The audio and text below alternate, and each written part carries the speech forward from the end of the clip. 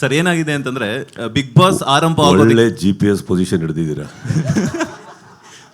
Locked. ನನಗೆ ಗೊತ್ತು sir, ನೀವು ಶಾರದಾ ಮೇಡಮ್ ಅವ್ರನ್ನ ಚೆನ್ನಾಗಿ ನೋಡ್ತಿರ್ತೀರಾ ಅಂತ ಹೇಳಿ, ಅದಕ್ಕೆ madam ಹಿಂದ್ಗಡೆನೆ ಕೂತ್ಕೊಂಡೆ.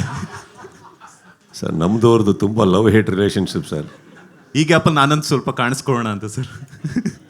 Yes, anyway thank you. And ನನ್ನ ಕ್ವಶನ್ ಏನಂತಂದ್ರೆ, ಬಿಗ್ ಬಾಸ್ ಆರಂಭ ಆಗೋದಕ್ಕಿಂತ ಮುಂಚೆ ಒಂದು 6 ತಿಂಗಳಲ್ಲಿ ಈಗೇನಿದ್ರು ಸೋಷಿಯಲ್ ಮೀಡಿಯಾ ಜಮಾನ ಆಗಿರೋದ್ರಿಂದ ಸೋಷಿಯಲ್ ಮೀಡಿಯಾದಲ್ಲಿ ಫೇಮಸ್ ಆಗಿರುವಂತಹ ಒಂದಷ್ಟು ಇನ್ಫ್ಲೂಯೆನ್ಸರ್ಗಳನ್ನ ಕೂಡ ಸ್ಪರ್ಧಿಗಳನ್ನಾಗಿ ತಗೊಳ್ಳೋದ್ರಿಂದ ಸೋಷಿಯಲ್ ಮೀಡಿಯಾದಲ್ಲಿ ಇತ್ತೀಚೆಗೆ ಒಂದಷ್ಟು ಜನರ ಹುಚ್ಚರ ಸಂತೆ ಜಾಸ್ತಿ ಆಗಿದೆ. ಬಿಗ್ ಬಾಸ್ ಬರಬೇಕು ಅಂತಾನೆ ಒಂದಷ್ಟು ಹುಚ್ಚಾಟಗಳನ್ನು ಆಡುವಂಥದ್ದಾಗಿರ್ಬೋದು, ಬಿಗ್ ಬಾಸ್ ಮನೆ ಮುಂದೆ ಹೋಗ್ಬಿಟ್ಟು ಅಲ್ಲಿ ಬಿಗ್ ಬಾಸ್ ಡೋರನ್ನು ತೆಗೀರಿ ಅನ್ನೋದು ಗಲಾಟೆ ಮಾಡುವಂಥದ್ದಾಗಿರ್ಬೋದು, ನಿಮ್ಮನ್ನು ನೋಡಬೇಕು ಅನ್ನುವಂಥದ್ದು, ಈ ಥರ ಒಂದಷ್ಟು ಜನರು ಬರ್ತಾರೆ. ಅಂಥ ಜನರಿಗೆ ಸುದೀಪ್ ಅವರ ಆನ್ಸರ್ ಏನು ಅಂತ?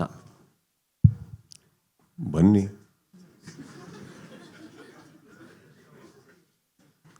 ನೀವು ಹೇಳಿದ್ರಿ ಹುಚ್ಚರ ಸಂಖ್ಯೆ ಅಂತ. ಹುಚ್ಚಾನೆ ನಡೆಸಬೇಕಾದ್ರೆ ಸಂಖ್ಯೆ ಬಗ್ಗೆ ಏನಿದೆ, ಬನ್ನಿ. Thank you sir.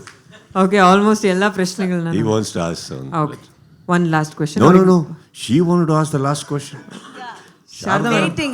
ಕೇಳಲೇವೆ. ಹಾಂ, ಓಕೆ. ಫಸ್ಟ್ ಇವ್ರು ಕೇಳ್ಬಿಡ್ಲಿ, ಇವ್ರು ಕೇಳಲಿ.